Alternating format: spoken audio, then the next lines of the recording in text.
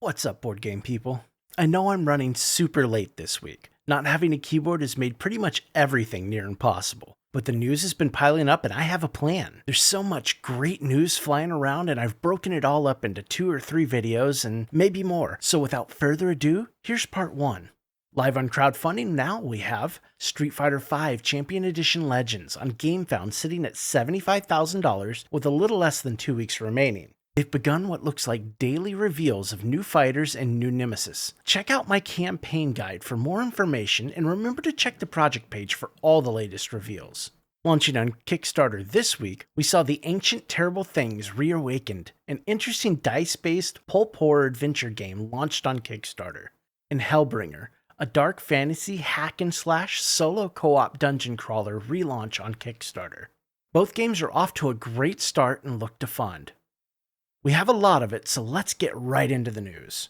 Zerywia has provided its first shipping update of 2023 this week, as well as some good news about the remaining models for the reprint and expansion. The holdup with shipping is being caused by the need for their shipping partner to renegotiate their rates with the external companies. This sadly has nothing to do with Zerywia, but it's delaying their shipping until prices are resolved. Shipping should resume shortly and you'll get FedEx tracking numbers once it does. Once US shipments are complete, the late pledges will close after 2 weeks. This time they gave us some great shots of the models for a few of the characters, Korra and her cursed brother. And in the next update, they'll show the final models for the Titan and Ugmore. Sadly, the reprint project is currently delayed by a few months. A quick Mythwind update gives us a pretty solid estimated production timeline for the project. If all goes according to plan, manufacturing should be complete in May and fulfillment complete in August. The pledge manager is officially closed again and final numbers should be set. Sample 1 underwent review and several minor tweaks were identified for Sample 2. Non-language components will start production about a month before translations are final, and then the translated files will allow completion of the production and fulfillment to begin. Dawn of Madness published a brief update outlining progress on the project that has slowed a bit due to illness and moving of offices. Emily Hawkins is complete and the translations are in progress. Catherine is almost complete and the translations have already started. Claude Reinhardt is progressing slowly. Linus Gershwin is still bringing up the rear, but is in progress and progressing well. So not much new news here, but they are working on the second wave of Wanderers and it's in progress. Stronghold Games has revealed an expansion to the Ares Expedition titled Crisis due out at retail on March the 22nd. This expansion adds Crisis cards that each round a player will draw. Players must fulfill the objective to remove the card from play or suffer the consequences. It's not a standalone expansion and it will retail for $24.95. The pledge manager for Earth Under Siege Flashpoint has closed. Production for the project sees no change in this update and molds for miniatures are in progress. We're getting some more shots of a few of the masters, this time seeing the token upgrade pack miniatures. The 3D terrain tile is also on display and shaping up quite nicely. A final version of the rulebook is available for download in English should you be interested, and we get a spotlight on Kane, who's got some great abilities such as Headbutt, Everything Dies if you punch it hard enough, and you want some, get some. Just in time for Ant-Man and the Wasp Quantumania, MODOK is flying into Marvel Crisis Protocol. He will be out around April 14th for an expected cost of around $37.99. I mean, you kinda have to, right? After all, he's an Avenger now. Final Girl Series 2 shipping is well underway. They posted a great explainer on what each of the storage box listings on the packing and shipping notifications means. Honestly, I was still confused after reading the explainer, but suffice it to say the booster box does come with the full Series 2 storage box and the VCR if your pledge included it. Mine arrived in excellent condition containing everything from the all-in for the Series 2. One big note is there's a cover sheet that has a great outline of what to store where on the back. It will help you condense all the extra boxes quite nicely. Also remember that the Gruesome Deaths book for the Series 2 is only available as a PDF. There is no physical copy. They'll let us know when the PDF is ready. In the US, shipping has begun and is going quickly. Canada should be getting their shipments in the next few weeks. Australia and New Zealand have shipped most of their rewards. Asia has begun fulfillment and Hong Kong backers are already seeing deliveries. And finally, the rest of the world copies are already shipping. I must say, so far I'm impressed with Bridge, and I hope to see them perform at this level in the future. This month's Nanolith update delivers some important news and some great shots of the game's miniatures. The text for the projects are complete, and layout is the next hurdle to cross. The rulebook is undergoing a front-to-back rework, utilizing some of the experience from demoing the game to better organize the book to use for when learning the game.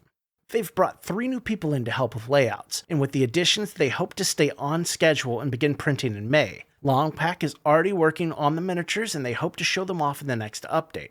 But as a little teaser, we got to see a few of the miniatures 3D printed at 70mm. These giants look fantastic, and when shrunk down to game size, they should be perfect. Finally, comic progress is coming along nicely and the first chapter is complete. The second chapter is on the way to them now.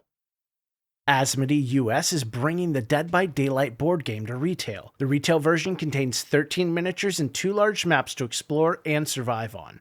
It should hit retail on April the 7th with a price of $49.95.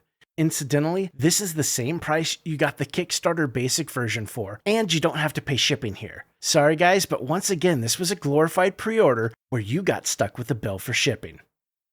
This week we had a few updates for the Etherfields Language Edition shipping. In the EU, the first ship has arrived in port, and once they clear customs, they'll be headed to the hub. The last ship should be in port today or very soon. For Canada, the ship arrived on the 18th, and the container should be hitting the hub today. Agemonia's latest update shows them creeping up on the finish line with production samples already underway and a very little bit left to do before mass production. Shipping for the project is expected in Q3, and the plastic production should be complete in June. The miniature molds are complete and being tested, the box samples are in, and this is a game box that'll definitely stand out on your shelf and on your table. They have a beautiful game box. The game's application is also coming along quite nicely, and it will now include narrated introductions for each hero. The campaign book is starting to take shape, and they've shared several samples of the hero books in the update.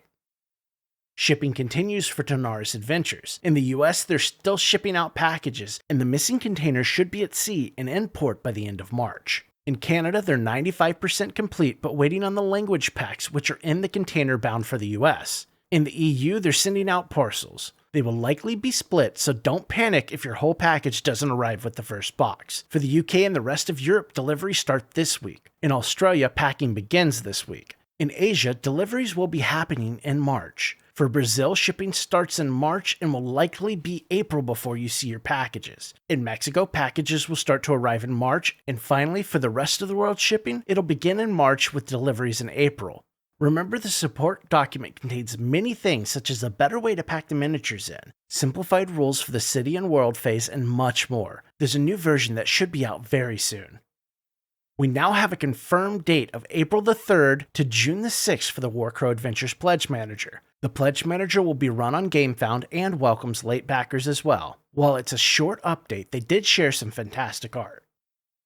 Deep Madness Reborn is still chasing the last stretch goal in the Pledge Manager. They're at 725,000 of 800,000 for securing the Reagan Investigator for the game. Only about 55% of backers have completed their orders at this time. Reprinted materials for the project have already begun production. Miniatures are being produced, and they finished the graphical layout revisions for the printed material. Madness Reborn has the miniatures and tooling and the game testing ongoing, with more focused testing taking place for the edge cases now. This week's Skyrise update shows off more of the building miniature wax samples and announces that they've decided to make the wooden meeples for the non-miniature version twice as thick. This will allow the meeples to stand better on the table without fear of them constantly being knocked over. All miniature designs are final and fully manufacturable now, and they're waiting on the approved versions of the wash samples and the 3D islands to show us. Avalon Hill will be releasing Hero Quest, the Mage of the Mirror quest pack, to retail sometime this month. The expansion contains 10 quests, 33 miniatures, and everything else needed to play it. It requires the base game and should retail for $44.99. Harakiri Blades of Honor has published their latest update, giving us some important dates for the project and a good look at some of the progress that's being made. They start with a progress chart showing most of Act 1 complete with Act 2 in progress. The expansions are also getting some love and starting to progress. Almost all the components are completely ready for production. Important dates for the project include May 15th, which is when all discounts will end, June 6th, when the payment for shipping and taxes will begin, and July 7th, when the Pledge Manager will officially close. Seeing these dates in print is a good indication that the project is getting close to production and plans are being set in stone. This update gives us a look at the campaign sheet for Act 1 that lists secret locations discovered, marks obtained, and locations captured or raised. We get another miniature assembly and paint section full of excellent tips. And finally, they show off some of the Act 2 armor sets that you'll be seeing in the game.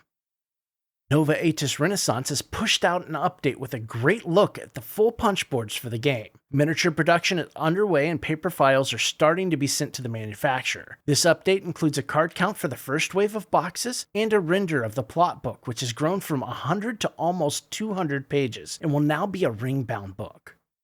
A quick update from the Dark Venture reprint campaign lets us know that they've been working heavily on the Crawl and the Crag Pit expansions, refining rules, iterating, and testing. The print and play materials will be released once the rules are finalized and there are no other revisions necessary. The Pledge Manager will be closing on April the 15th. Make sure to finish up those pledges.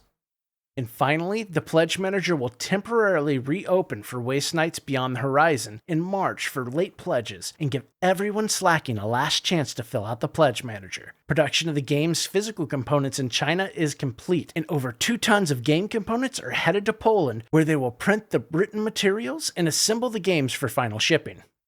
Development of written materials and art is almost complete. They have 2 more huge scenarios to complete, and the final leg of production can begin. Translations are the last big hurdle, and there's some beefy booklets that need translating, so they still have some work cut out for them. We're going to wrap this one up here and be back very soon with part 2. Seriously, I had 10 more stories come in while I was writing this video. This is going to be a busy, interesting, and epic year. March is shaping up to be the biggest month yet. Please consider subscribing to help our little channel grow and to reach more corners of the gaming hobby. We'd love to have you join our community of gamers. Thanks to everyone watching and commenting. If you happen to have a few dollars laying around, check out our Patreon page. Every dollar helps towards getting new equipment and opening up new opportunities for the channel. Have a great weekend, and we'll talk soon.